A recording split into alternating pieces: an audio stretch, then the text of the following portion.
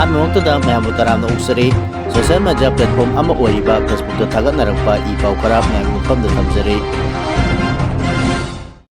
ꯆꯤꯡꯒꯤ ꯗꯤꯁꯇ꯭ꯔꯤꯛ ꯑꯍꯨꯝꯗ ꯅꯨꯃꯤꯠ 5ꯅꯤꯒꯤ ꯏꯟꯇꯔꯅꯦꯠ ꯊꯤꯡꯖꯤꯟꯈ꯭ꯔꯦ꯫ ꯀꯔꯐ꯭ꯌꯨ ꯊꯝꯂꯛꯄ ꯅꯨꯃꯤꯠ 2 ꯍꯧꯈ꯭ꯔꯦ꯫ ꯂꯤꯇꯥꯟ ꯁꯔꯩꯈꯣꯡꯗ ꯅꯣꯡꯃꯩ ꯄꯪꯀꯥꯞꯇ ꯀꯥꯞꯅꯔꯛꯄꯗꯒꯤ ꯃꯩ ꯀꯟꯕ ꯆꯪꯕꯁꯨ ꯏꯔꯥꯡ ꯂꯥꯛꯁꯤꯟꯕꯁꯨ ꯃꯄꯨꯡ ꯐꯥꯅ ꯉꯝꯗ꯭ꯔꯤ꯫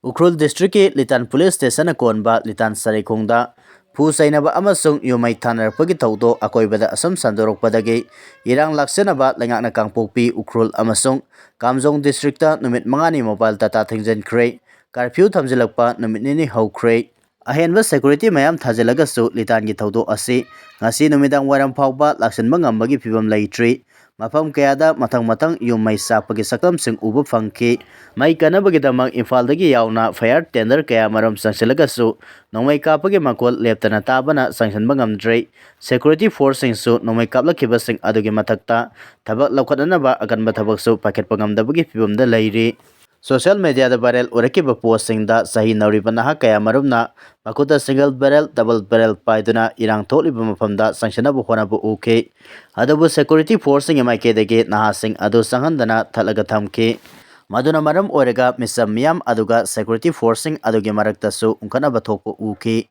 ꯑꯇꯣꯞꯄ ꯄꯣꯁꯠ ꯑꯃꯗ ꯀꯨꯀꯤ ꯃꯤꯂꯤꯇꯦꯟꯠ ꯑꯣꯏꯒꯅꯤ ꯆꯤꯡꯅꯕ ꯀꯦꯃꯣ ꯁꯦꯠꯄ ꯅꯍꯥ ꯈꯔꯅ ꯑꯣꯇꯣꯃꯦꯇꯤꯛ ꯔꯥꯏꯐꯜꯁꯤꯡ ꯄꯥꯏꯗꯨꯅ ꯆꯦꯛꯀꯤ ꯌꯨꯝ ꯑꯃꯒꯤ ꯃꯅꯨꯡꯗꯒꯤ ꯅꯣꯡꯃꯩ ꯄꯪꯀꯥꯞꯇ ꯀꯥꯞꯁꯤꯟꯕꯒꯤ ꯁꯛꯇꯝꯁꯤꯡ ꯂꯥꯏꯚ ꯑꯣꯏꯅ ꯊꯥꯗꯣꯛꯄ ꯎꯠꯈꯤ꯫ ꯃꯐꯝ ꯀꯌꯥꯃꯔꯨꯝꯗ ꯑꯣꯇꯣꯃꯦꯇꯤꯛ ꯅꯣꯡꯃꯩ ꯁꯤꯖꯤꯟꯅꯕꯒꯤ ꯃꯈꯣꯜ ꯂꯦꯞꯇꯅ ꯇꯥꯕꯅ ꯃꯔꯝ ꯑꯣꯏꯔꯒ ꯍꯧꯖꯤꯛ ꯂꯤꯇꯥꯟ ꯁꯔꯩꯈꯣꯡꯗ ꯈꯨꯟꯗꯥꯕ ꯀꯥꯡꯂꯨꯞ ꯑꯅꯤꯒꯤ ꯃꯔꯛꯇ ꯊꯣꯛꯄ ꯈꯠꯅ ꯆꯩꯅꯕꯅꯤ ꯍꯥꯏꯕꯗꯨ ꯌꯥꯔꯛꯇꯕꯒꯤ ꯐꯤꯚꯝꯗ ꯂꯥꯛꯂꯦ꯫ ꯈꯠꯅ ꯆꯩꯅꯔꯤꯕ ꯅꯥꯀꯜ ꯑꯅꯤꯒꯤ ꯃꯔꯨꯝꯗ ꯑꯣꯇꯣꯃꯦꯇꯤꯛ ꯈꯨꯠꯂꯥꯏ ꯄꯥꯏꯕ ꯃꯤꯂꯤꯇꯦꯟꯠ ꯀꯌꯥꯃꯔꯨꯝ ꯃꯈꯣꯏꯒꯤ ꯀꯥꯡꯂꯨꯞꯀꯤ ꯃꯤꯆꯪ ꯆꯪꯅꯔꯒ ꯀꯥꯞꯅꯔꯕ꯭ꯔꯥ ꯍꯥꯏꯕꯒꯤ ꯆꯤꯡꯅꯕ ꯂꯩꯔꯦ꯫ ꯑꯁꯤꯒꯨꯝꯕ ꯐꯤꯚꯝ ꯑꯃ ꯐꯣꯡꯅ ꯎꯕ ꯐꯪꯕ ꯑꯁꯤꯅ ꯃꯔꯝ ꯑꯣꯏꯔꯒ ꯂꯣ ꯑꯦꯟꯗ ꯑꯣꯔꯗꯔ ꯂꯥꯛꯁꯤꯟꯅꯕ ꯍꯣꯠꯅꯕꯗ ꯁ꯭ꯇꯦꯠ ꯐꯣꯔꯁꯀꯤ ꯃꯇꯤꯛ ꯃꯌꯥꯏ ꯆꯝꯈ꯭ꯔꯦ꯫ ꯄꯥꯎ ꯑꯁꯤꯅ ꯃꯈꯥ ꯇꯥꯅ ꯍꯥꯏ ꯅꯥꯀꯜ ꯑꯅꯤꯒꯤ ꯃꯔꯛꯇ ꯅꯣꯡꯃꯩ ꯀꯥꯞꯅꯔꯛꯄ ꯑꯃꯁꯨꯡ ꯌꯨꯝꯃꯩ ꯊꯥꯅꯕꯒꯤ ꯊꯧꯗꯣꯛꯁꯤꯡ ꯑꯗꯨ ꯂꯥꯛꯁꯤꯟꯅꯕ ꯏꯝꯐꯥꯜꯗꯒꯤ ꯃꯅꯤꯄꯨꯔ ꯄꯨꯂꯤꯁ ꯀꯃꯥꯟꯗꯣꯒꯤ ꯃꯄꯨꯡ ꯐꯥꯔꯕ ꯇꯤꯝꯁꯤꯡ ꯍꯧꯖꯤꯛꯃꯛꯀꯤ ꯑꯣꯏꯅꯗꯤ ꯊꯥꯖꯤꯟꯗ꯭ꯔꯤ꯫ ꯄꯨꯂꯤꯁ ꯄꯥꯔꯁꯣꯅꯦꯜ ꯈꯔ ꯆꯪꯂꯤꯕꯁꯤꯡ ꯑꯗꯨꯁꯨ ꯁꯦꯟꯇ꯭ꯔꯦꯜ ꯐꯣꯔꯁꯁꯤꯡꯁꯨ ꯅꯣꯡꯃꯩ ꯃꯈꯣꯜꯗꯨ ꯇꯥꯔꯒ ꯑꯗꯨꯝ ꯌꯦꯡꯕ ꯅꯠꯇꯅ ꯄꯥꯝꯕꯩ ꯑꯃꯠꯇ ꯂꯩꯇꯕꯗꯧꯅ ꯇꯧꯔꯤ꯫ ꯃꯅꯥꯛ ꯅꯛꯄ ꯃꯐꯝꯁꯤꯡꯗ ꯌꯨꯝ ꯃꯩ ꯆꯥꯛꯄ ꯎꯔꯒꯁꯨ ꯌꯥꯝꯅ ꯅꯛꯄ ꯃꯐꯝꯗ ꯅꯣꯡꯃꯩ ꯀꯥꯞꯅꯔꯛꯄꯗꯒꯤ ꯃꯩ ꯀꯟꯕꯒꯤ ꯊꯕꯛꯁꯨ ꯈꯨꯗꯣꯡꯆꯥꯗꯕ ꯃꯥꯌꯣꯛꯅꯔꯛꯄꯗꯒꯤ ꯌꯨꯝ ꯀꯌꯥꯃꯔꯨꯝ ꯇꯥꯡꯒꯣꯏ ꯑꯣꯟꯈ꯭ꯔꯦ꯫ ꯍꯧꯖꯤꯛ ꯐꯥꯎꯕ ꯌꯨꯝ ꯀꯌꯥ ꯃꯩ ꯆꯥꯛꯈ꯭ꯔꯕꯒꯦ ꯍꯥꯏꯕ ꯈꯪꯕ ꯉꯝꯗ꯭ꯔꯤ꯫ ꯈꯣꯏꯆꯥꯎꯅꯔꯕ ꯃꯤꯌꯥꯝꯅ ꯏꯝꯐꯥꯜ ꯎꯈ꯭ꯔꯨꯜ ꯂꯝꯕꯤ ꯊꯤꯡꯖꯤꯟꯗꯨꯅ ꯊꯝꯂꯤ꯫ ꯅꯝꯕꯨꯜ ꯇꯨꯔꯦꯜꯗ ꯑꯁꯤꯕ ꯍꯛꯆꯥꯡ ꯑꯣꯏꯅ ꯇꯥꯎꯊꯔꯛꯈꯤꯕ ꯑꯗꯨ ꯊꯤꯕ ꯈꯪꯗꯅ ꯂꯩꯔꯛꯈꯤꯕꯤ ꯅꯤꯂꯣꯗꯥ ꯑꯣꯏꯔꯝꯂꯦ꯫ ꯍꯧꯈꯤꯕ ꯖꯅꯋꯥꯔꯤ 19ꯒꯤ ꯑꯍꯤꯡ ꯅꯣꯡꯌꯥꯏ ꯃꯇꯨꯡ ꯄꯨꯡ 1:58 ꯂꯣꯝ ꯇꯥꯕ ꯃꯇꯝꯗ ꯏꯝꯐꯥꯜ ꯋꯦꯁꯠ ꯗꯤꯁꯇ꯭ꯔꯤꯛ ꯄꯨꯂꯤꯁ ꯁ꯭ꯇꯦꯁꯟꯒꯤ ꯃꯅꯨꯡ ꯆꯟꯅ ꯀ꯭ꯋꯥꯀꯩꯊꯦꯜ ꯂꯝꯗꯣꯡ ꯂꯩꯀꯥꯏꯗ ꯂꯩꯕꯤ ꯁꯔꯥꯝ ꯅꯤꯡꯉꯣꯜ ꯁꯂꯥꯝ ꯑꯣꯡꯕꯤ ꯅꯤꯂꯣꯗꯥ ꯗꯦꯕꯤ ꯆꯍꯤ 92, ꯃꯄꯨꯔꯣꯏꯕꯒꯤ ꯃꯤꯡ ꯁꯂꯥꯝ ꯇꯣꯝꯕ ꯁꯤꯡ ꯍꯥꯏꯔꯤꯕꯤ ꯅꯨꯄꯤ ꯑꯁꯤ ꯉꯁꯤ ꯅꯝꯕꯨꯜ ꯇꯨꯔꯦꯜ ꯃꯔꯤꯜꯒꯤ ꯍꯩꯔꯥꯡꯒꯣꯏꯊꯣꯡ ꯊꯣꯡꯈꯣꯡ ꯃꯌꯥꯗ ꯁꯤꯅ ꯇꯥꯎꯊꯔꯛꯈ꯭ꯔꯦ ꯍꯥꯏꯔꯤ꯫ ꯃꯤꯑꯣꯏ ꯑꯃꯒꯤ ꯑꯁꯤꯕ ꯍꯛꯆꯥꯡ ꯇꯥꯎꯊꯔꯛꯄ ꯑꯗꯨ ꯃꯤꯑꯣꯏ ꯈꯔꯅ ꯎꯔꯛꯄꯗꯒꯤ ꯃꯤꯌꯥꯝ ꯍꯨꯞꯅ ꯆꯪꯁꯤꯟꯗꯨꯅ ꯌꯦꯡꯅꯈꯤ꯫ ꯑꯗꯨꯕꯨ ꯏꯁꯤꯡꯗ ꯎꯞꯁꯤꯟꯗꯨꯅ ꯇꯥꯎꯊꯔꯛꯄꯅ ꯃꯔꯝ ꯑꯣꯏꯗꯨꯅ ꯑꯁꯤꯕ ꯍꯛꯆꯥꯡ ꯑꯗꯨ ꯃꯁꯛ ꯈꯪꯕ ꯉꯝꯈꯤꯗꯦ꯫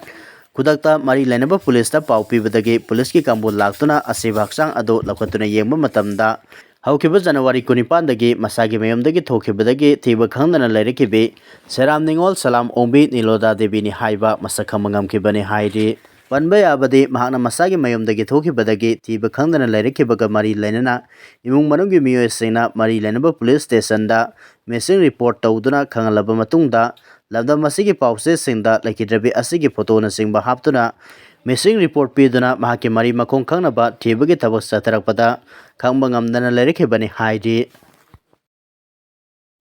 ꯀꯥꯡꯄꯣꯛꯄꯤ ꯗꯤꯁꯇ꯭ꯔꯤꯛꯀꯤ ꯃꯅꯨꯡ ꯆꯟꯕ K.Lungwiram Naga ꯚꯤꯂꯦꯖꯇ ꯀꯨꯀꯤꯁꯤꯡꯅ ꯌꯨꯝ ꯑꯃ ꯃꯩ ꯊꯥꯔꯝꯂꯦ꯫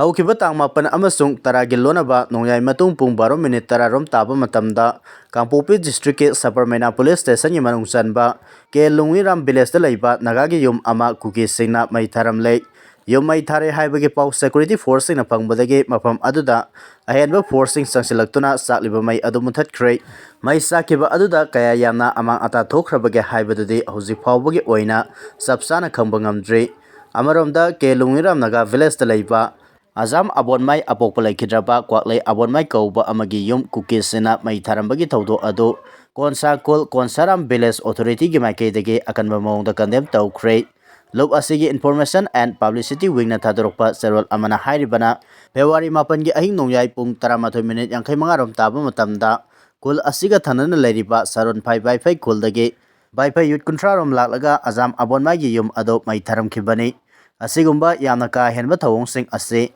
El Molnar Village ki sep thangkolen bai phai Lailon kunau gi sep haupu bai phai Lalboi bai phai amasung saron phai village ki sep thangboi bai phai gi thawun sinda sathakibani Haiba criminal gi oiba thawong sing asina mapam adugi law and order da sauna akaiba pibada natana kanglu khudimak nuksi sanana leiminariba asida sauna akaiba pibani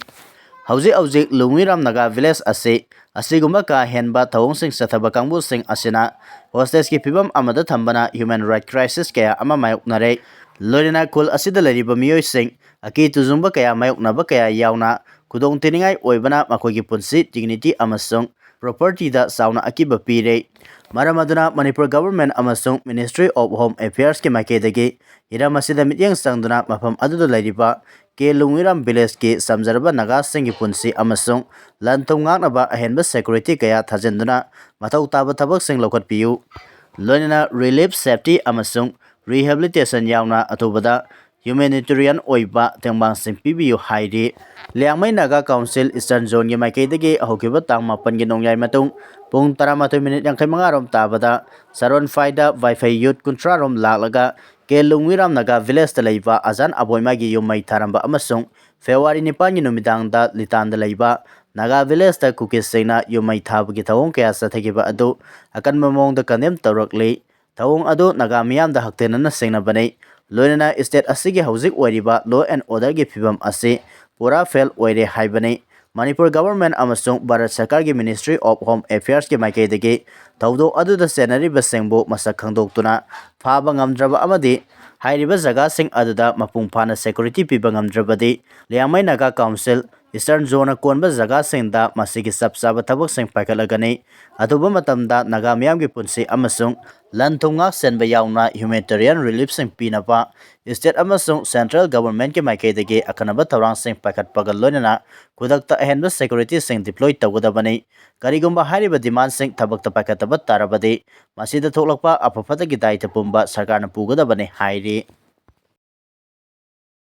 Sendoi saba singi matakta akan mamit yang sangga dauri haukiba sahi 2020 dagi Manipur da COVID-19 sandaroki bamatam aduda miyamna sahi ani hena subanomba yadana sahi ani hena wana leiraki masina maram oiraga sunom laga hingna balanthing nari basing laire basing ana bana hena awasai theng mayuk nari basing adu phukan abo hona bada ngasi phawba hawat kanghat pangamdana leiri Masigi matung ing 2023 gi May 3 dagi kuki narco terrorist singna maite singe matakta landaraktuna apun bagi sakdam thugairaktuna kuki singe tokaiba lengak natraga leba kanglon semna buwa thokta miyoi sani humpurom henbagi punsi pikamna kre miyoi lising humpu henmana relief camp da sangna pam lauduna lairiba asigi yenglaga sel sanba lanai beng sing sana yauna atai potchai sing bandop lauba amasung marup sanaba sing lepnaba lamdam asigi miyam maru oina seso singe maikaidagi athingba thamlakhibani haina akom lop kanglaifak amasung KSA na thadorokpa serol amana hairi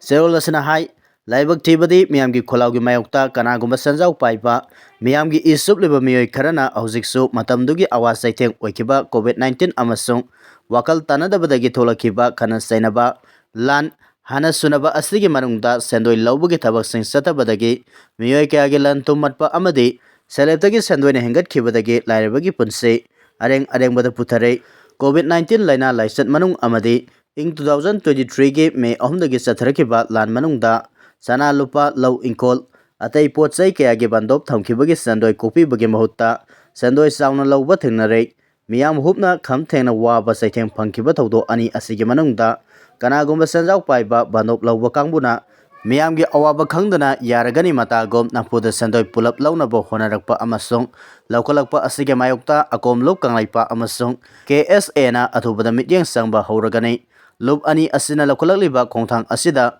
miyamna sumapung phaba cooperation pibiu hairi delimitation ki process paikatringaida SIR pangthoknaba Federation of Haumina India ki president ta memorandum pisin kre Manipurda delimitation ki process paikatringaida state asigi yumthangnariba leibak-singdagi leptana haijilakiba Sinkukizo amasung Muslim gi maseng leptana hengalakliba ase sek taunaba special intensive revision SIR pangthokpiyo haina Federation of Army gi maikeidagi India gi president ta memorandum pisinduna taksinkhre haina ngasi press club ta pangthokiba pawgi mifam amada Federation asigi president Sapam Sajadumani phongdokkhre mana makatana haikibada India gi mikalda asengba citizen kaktamak vote thadana bathaurang oina SIR gi thabak ase Union Territory ahum amasung state mapanda thabak pakhatpa hokre Uttar Pradesh ki oina mioi crore ani dasmik marfuga mapan Gujarat ki oina lakh 100 dasmik taret Kerala gi oina mioi lakh 12 dasmik nipan Bihar gi oina mioi lakh nifuga taret Rajasthan ki oina mioi lakh nifuma thoi dasmik marfumanga Madhya Pradesh ki oina mioi lakh nifuni toi lising humdra mari samaga humpu Tamil Nadu ki oina mioi lakh maudraga taret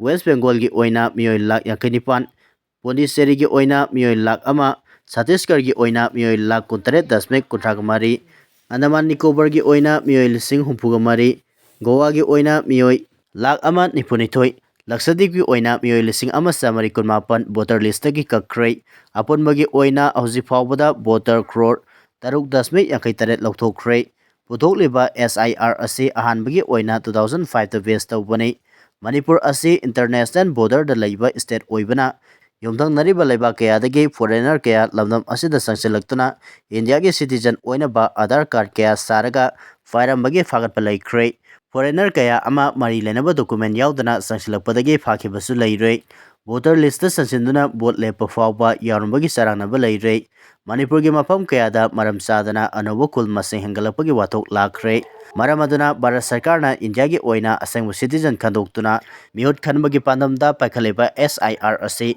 Manipur da athoba matamda paikhatpam thoi masigi damakta Federation of Haumina mamang tha January 13 ta India gi President Draupadi Murmu da memorandum pisinkhre India gi oina paikhaleba SIR asina Manipur da su National Register of Citizenship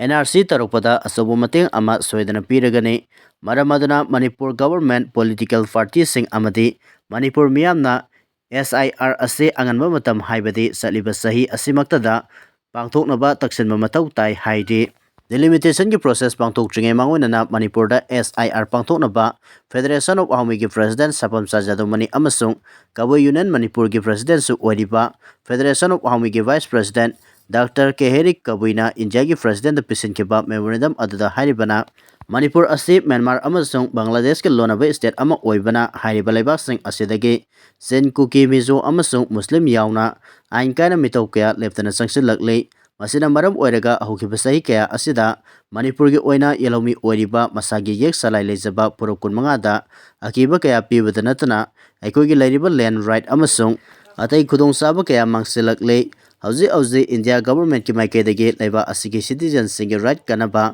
illegal immigrants sing khadokpagi sathariba thabak asida Federation of Haumina mapungphana support tawi haukiba sahi 1950 gi matungdagi state asida yumthangnariba Myanmar amasung Bangladesh dagi Kukis Chen Mizo amasung Muslim kaya leptana changsilakpana state asida asobo problem ama mayoknari maramaduna karimata sek tawba leitana asaba Aadhaar issue tawba amadi voter list yauriba kaya asi sek tawgadabani loinana athuba matamda Manipur da SIR gi thabak pahitgadabani haukiba sahi 2019 gi December 13 da matamdugi Bharat ki president na state asigi yelhomi singi identity demography land resource amasung atai khudong sabasing ase kanabagi damak ILP extend tawrakhrei hauji India na sathariba SIR asina yumthangnariba leibak singdagi ain kaina sangsilakliba illegal immigrants sing khandokpa yauna voter list yausiliba kaya amasung niyom kaina Aadhaar card pariba asi sek tawnabagi amata ngairaba pambai oiribani Indian government ki maikaidagi laiba asigi asengba citizen sing khakdagi oina mikal pangthoknaba tharang tawriba asiga mari lainana India ki president na hiram asida khud thingjinduna chaliba sahi asida Manipur da SIR pangthoknaba taksili haibagi warol sing yauri